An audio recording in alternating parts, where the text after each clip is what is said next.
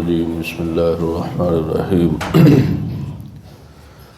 وما تفعلوا من خير يعلمه الله وتزودوا فإن خير الزاد التقوى واتقون يا أولي الألباب صدق الله العظيم۔ حج میں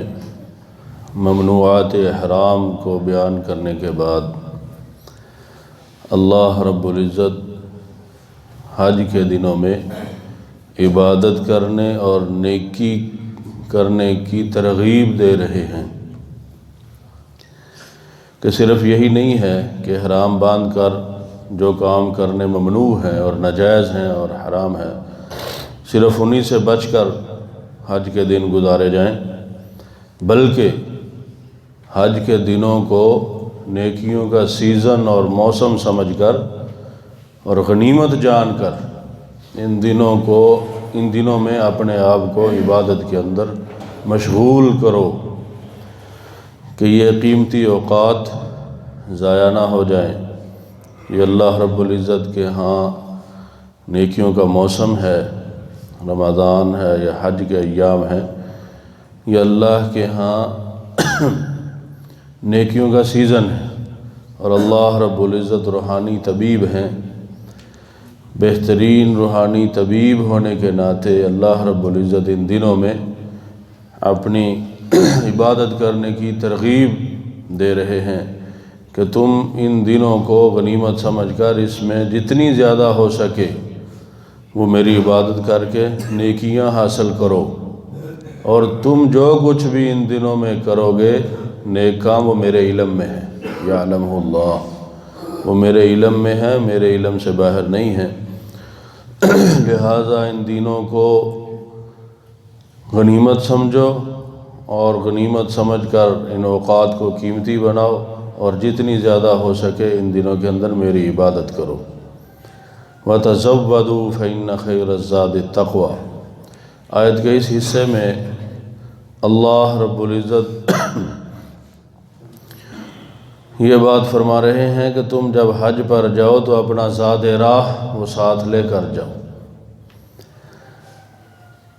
کہ ایسا نہیں ہے بغیر زاد راہ کے، بغیر اس خرچ کے جو راستے کے اندر ہوگا اس کے تم رخت سفر باندھ لو اور سفر کی طرف نکل پڑو کہ نہیں جی ہم اللہ پر توکل رکھتے ہیں، اللہ تعالیٰ جو ہمارا انتظام فرمائیں گے۔ ایسا نہیں ہے، بلکہ اللہ تعالیٰ خود اس بات کا حکم دے رہے ہیں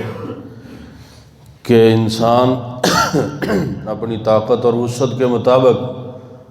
اپنا جتنا بھی سفر کا زاد راہ ہے، خرچ ہے، وہ اپنے پاس رکھے اور اس خرچ کو اپنے ساتھ لے جا کر پھر اللہ رب العزت پر توکل کرے۔ ایسا نہیں ہے جیب خالی ہو اور یہاں سے جو ہے وہ چل پڑے کہ بس جو ہے اللہ تعالیٰ جو ہے وہ میرا نظام چلائیں گے، نہیں، بلکہ اپنی طاقت کے مطابق اپنا زاد راہ ساتھ رکھ کر پھر اللہ پر توکل کرے۔ اور اللہ تعالیٰ فرماتے ہیں فَإِنَّ خَيْرَ الزَّادِ التَّقْوَى، کہ اس کے پاس اس کا زاد راہ ہونا یہ زیادہ بہتر ہے اس بات سے کہ وہ لوگوں کے سامنے سوال کرتا پھرے اور لوگوں کے سامنے جو ہے وہ اپنی حاجتیں رکھے اور ان دنوں میں خود بھی تنگ ہو اور حاجیوں کو بھی تنگ کرے۔ ایسا نہیں ہونا چاہیے، بلکہ اپنا زاد راہ، اپنا خرچ جو حج کا رستے کا خرچ ہے، جیسے شروع میں نے کہا تھا کہ حج اس شخص پر فرض ہے کہ جو جس کے پاس اتنا مال موجود ہو کہ وہ گھر والوں کا خرچ ان کو دے کر جائے اور اپنا راستے کا سارا خرچ آسانی کے ساتھ وہ کر سکے، وہ بندہ حج پر جائے۔ وَاتَّقُونِ يَا أُولِي الْأَلْبَابِ۔ آیت کے آخری حصے میں جیسے اللہ رب العزت کا یہ معمول ہے کہ جو بھی حکم بیان فرمائیں تو اللہ رب العزت ساتھ تقوی کا حکم ضرور دیتے ہیں، خواہ وہ حکم زندگی کے کسی بھی شعبے سے تعلق رکھتا ہو۔ اس کے بعد اللہ رب العزت ساتھ اس بات کا ضرور حکم فرماتے ہیں کہ میری نافرمانی سے بچو، میری نافرمانی سے بچو، میرے احکامات پر عمل کرو۔ جس بھی شعبہ زندگی سے متعلق حکم اللہ تعالیٰ نازل فرمائیں تو تقوی کی ترغیب جو ہے وہ ضرور دیتے ہیں۔ ترجمہ سن لیں، وما تفعلوا من خیر یعلمہ اللہ، اور اس سیزن میں حج کے دنوں میں